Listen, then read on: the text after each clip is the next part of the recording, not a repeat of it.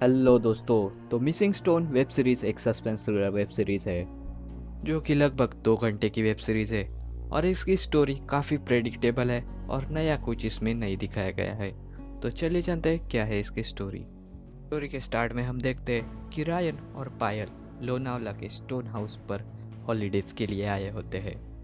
वहाँ जो काम करने वाला सोमनाथ होता है वो पायल को पूरी नज़र से देख रहा होता है। तो उसी रात हम देखते हैं कि सोमनाथ काफ़ी डरा हुआ होता है। अब सीन चेंज होता है। एक हफ्ते बाद हम देखते हैं रायन मुंबई में होता है और वो धोनी यानी पायल के बहन का जिम ट्रेनर होता है। धोनी रायन को बताती है कि एक हफ्ते से पायल उसका कॉल रिसीव नहीं कर रही है, सिर्फ मैसेजेस भेज रही है। इसके ऊपर रायन का कहना होता है कि अगर उसका कुछ कांटेक्ट होगा तो वो ज़रूर बता देगा। धोनी का पति यानी साहिर एक प्रॉपर्टी डीलर होता है और उसने ही स्टोन हाउस प्रॉपर्टी एक्वायर की होती है और वो कुछ क्लाइंट को वो प्रॉपर्टी दिखाने के लिए चाह रहा होता है। अब यहाँ पर धोनी भी उससे जिद करती है कि वो भी उसके साथ आएगी क्योंकि अगले दिन उसका बर्थडे होता है। इसीलिए साहिर मान जाता है। धोनी और साहिर लोनावला के स्टोन हाउस पर पहुंच जाते हैं। अब पायल ने धोनी को बताया होता है कि वो गोवा गई है और वहाँ से वो सरप्राइज देने आएगी। धोनी को बाथ टब में पायल का ईयररिंग मिलता है। अब इसके बाद रात को धोनी पायल को कॉल कर रही होती है लेकिन वो कॉल उठा नहीं रही होती है। इसलिए धोनी रैन को कॉल करती है। अब रैन बताता है कि पिछले हफ्ते रिसोर्ट पर उनका ब्रेकअप हुआ था, इसलिए वो संडे रात को ही वहाँ से निकल गया था। उसे कुछ भी पता नहीं गोवा के प्लान के बारे में। धोनी और साहिर सोमनाथ से पूछने जाते हैं कि पायल कब यहाँ से गई थी। सोमनाथ बताता है कि सोमवार सुबह ही मैडम यहाँ से निकल गई थी। साहिर धोनी से कहता है कि अब तो तुम्हें यकीन हो गया कि वो गोवा ही गई है, लेकिन धोनी कहती है कि सोमनाथ झूठ बोल रहा है क्योंकि मंडे लेट नाइट को पायल ने वीडियो कॉल किया था धोनी को और वो काफ़ी डरी हुई थी। दीदी आई एम सॉरी ऐसा कुछ कह रही थी। उसके बाद उसका वीडियो कॉल कट हुआ। उसके बाद धोनी ने साहिर को कॉल किया था क्योंकि साहिर काम से बाहर था, लेकिन कुछ ही देर बाद पायल के मोबाइल से मैसेज आता है कि एक प्रैंक था। इसका मतलब मंडे लेट नाइट को जरूर कुछ पायल के साथ हुआ होता है।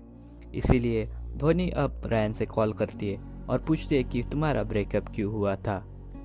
रैन बताता है कि वह जो सोमनाथ है वो पायल कपड़े बदलते वक्त देख रहा था, इसीलिए पायल उस पर गुस्सा हो जाती है। तो उसी रात पायल रैन से भी झगड़ा करती है कि तुम प्रोटेक्टिव नहीं हो, इसीलिए संडे नाइट को ही वहाँ से रैन निकल गया होता है। अब धोनी बात करने जाती है सोमनाथ की वाइफ से। सोमनाथ की वाइफ बताती है कि ये होने के बाद मंडे सुबह को हमने जाकर पायल मैम से माफ़ी मांगी थी, इसका मतलब मंडे को पायल वहाँ पर ही थी। अब धोनी साहिर से बात कर रही होती है। वो साहिर से पूछती है कि हमें पुलिस में जाना चाहिए। ये बात सोमनाथ की वाइफ सोमनाथ को बताती है। धोनी और साहिर बात कर रहे होते हैं तभी पायल का मैसेज आता है कि दीदी आई एम सॉरी, मैंने आपको बताकर गोवा नहीं गई, लेकिन मैं अब लोनावला आ रही हूँ। अब ये मैसेज देखकर धोनी को भी अच्छा लगता है। अब उसी दिन धोनी का बर्थडे होता है, इसीलिए साहिर और धोनी टाइम स्पेंड करने लगते हैं। तो रात को हम देखते हैं कि सोमनाथ वहाँ से अपने बीबी के और बच्चे के साथ भाग जाता है। रात को धोनी फाइंड डिवाइस नामक एक ऐप से पायल के मोबाइल का लोकेशन पता करती है और उसे पता चलता है कि उसका लोकेशन स्टोन हाउस में ही है। अब उसे लगता है कि पायल पहुंच गई है लोनावला को, इसीलिए वो साहिर के साथ नीचे चली जाती है, लेकिन नीचे कोई भी नहीं होता है और वो देखते हैं कि वहाँ से सोमनाथ और उसकी वाइफ भी भाग चुकी होती है।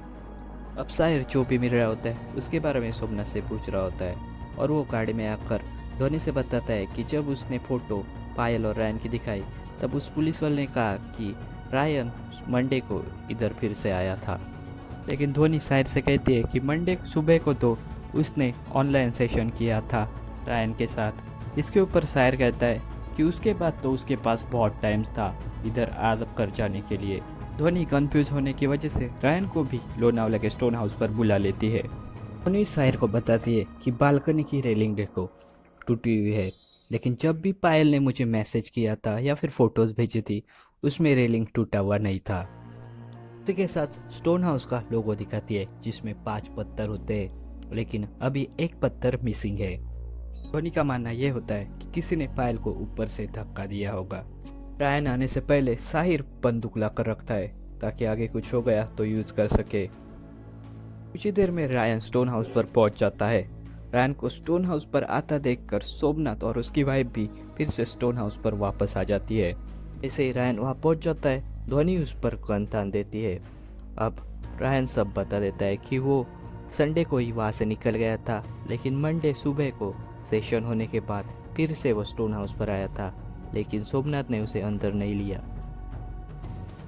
इसलिए उसने जब छुप कर स्टोन हाउस में देखा तब पायल के साथ वहाँ पर कोई आदमी था। साहिर कह रहा होता है कि यह झूठ बोल रहा है, इसे बाहर निकालते हैं, लेकिन ध्वनि उसे रोक लेती है और कहती है कि साहिर तुम ही थे, मंडे को यहाँ आए थे।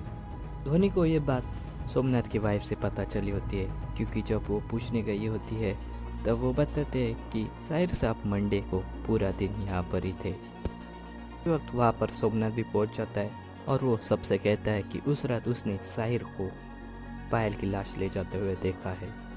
आखिरकार साहिर भी सच बता देता है कि मंडे को वो पूरा दिन स्टोन हाउस पर ही था। उसने पायल के साथ टाइम स्पेंड किया, लेकिन रात को उनके बीच झगड़ा हो गया और इसीलिए पायल कॉल कर रही थी ध्वनि को। ये देखकर साहिर उसे रोक रहा था। साहिर और पायल के बीच उस रात बहुत हाथापाई हो जाती है और बालकनी में आ जाते हैं दोनों, और वहाँ पर पायल का पैर फिसल जाता है और वो नीचे स्टोन पर गिर जाती है और वहाँ पर ही मर जाती है। ध्वनि, साहिर, रायन और सोमनाथ उस जगह पर जाते हैं जहाँ पर पायल को दफनाया गया होता है। रास्ते में रायन पुलिस को कॉल कर भी बुला लेता है। उधर ध्वनि पायल को देखकर रोने लगती है और इसी बीच साहिर ध्वनि के हाथ से गन ले लेता है, लेकिन रायन और सोमनाथ उसे पकड़ कर रखते हैं और गन नीचे गिर जाती है। और इस बार ध्वनि गन लेकर पहली बार पैर पर गोली मारती है साहिर के। साहिर अब रोते हुए ऊपर देख रहा होता है, तब फिर से एक बार गोली चलने की आवाज़ आती है और वेब सीरीज यहाँ पर ही ख़त्म हो जाती है। तो दोस्तों, ये थी the missing stone web series की कहानी। ये वीडियो आपको ज़रा भी पसंद आए तो प्लीज़ लाइक, शेयर और चैनल पर नए हो तो सब्सक्राइब कीजिए।